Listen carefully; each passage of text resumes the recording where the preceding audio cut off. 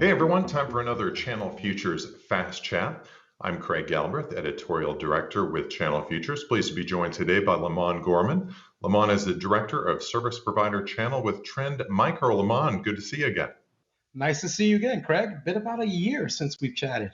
It has been. So I'm excited today to talk about XDR because I want to learn all about that. But first, I figured we might as well cover the pandemic just a little bit and talk about how threat actors out there are using it as cover to initiate their attacks.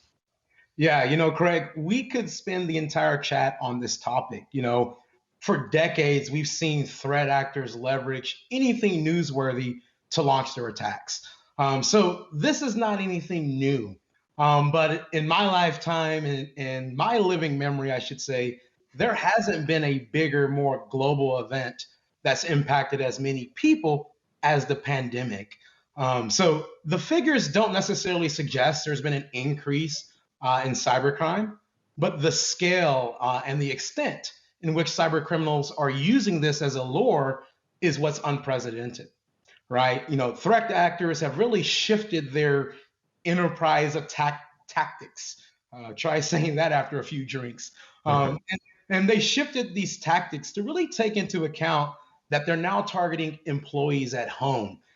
This is an interesting dynamic. With a distributed workforce, I should say, there's normally one or maybe two corporate devices on the home network, and everything else, the security function has no visibility and probably never will.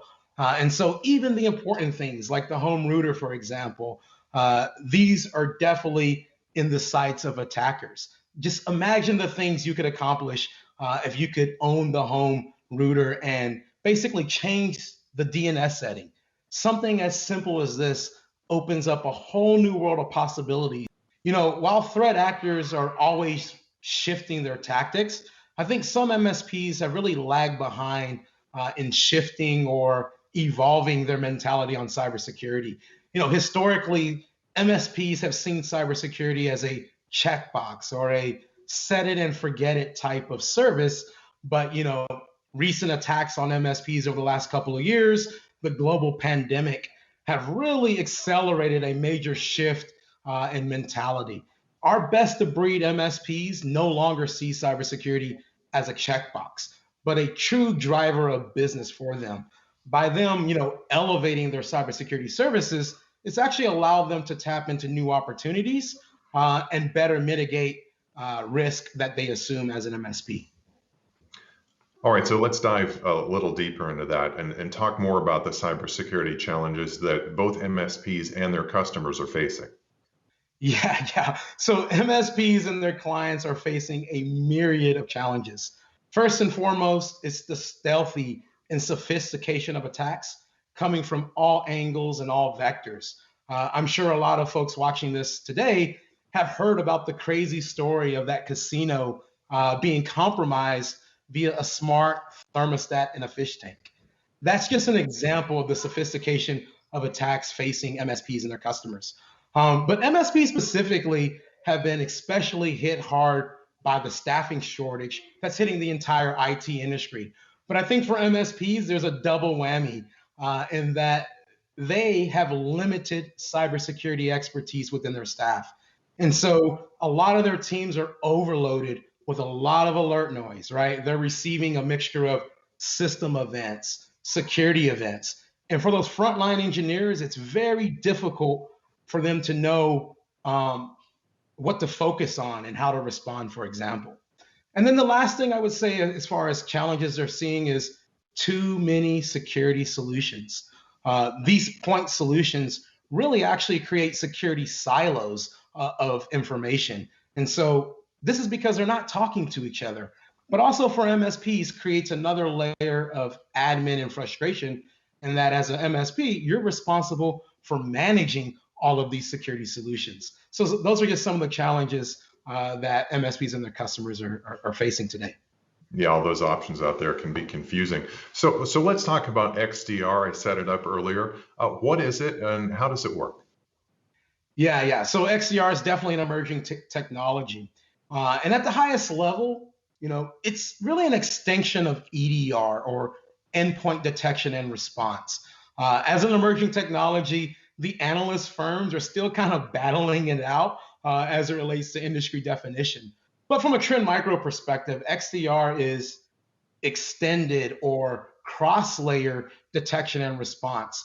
XDR is all about collecting, but also more importantly, correlating information and data from various security layers beyond the endpoint.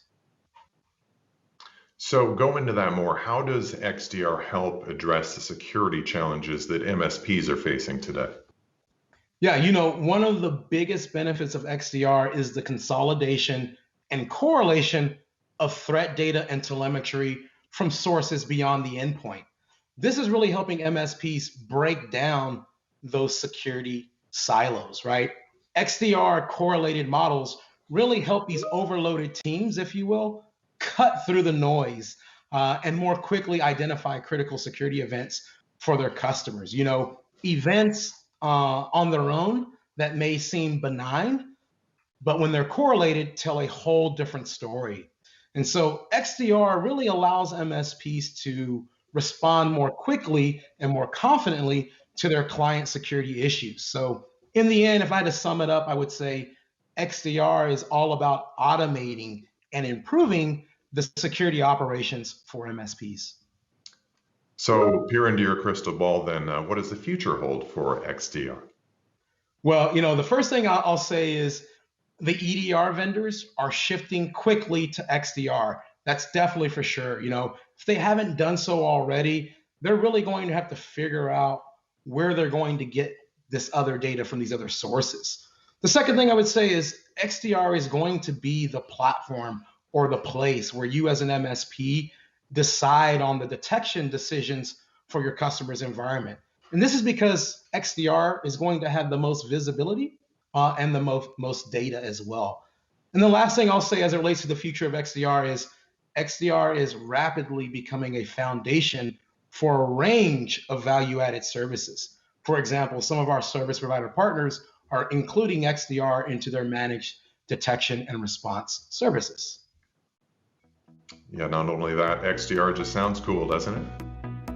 Yeah, anything XDR sounds cool. I'm with you on that one. Lamon, thanks for your time today. Appreciate it working with us here on this Channel Features Fast Chat.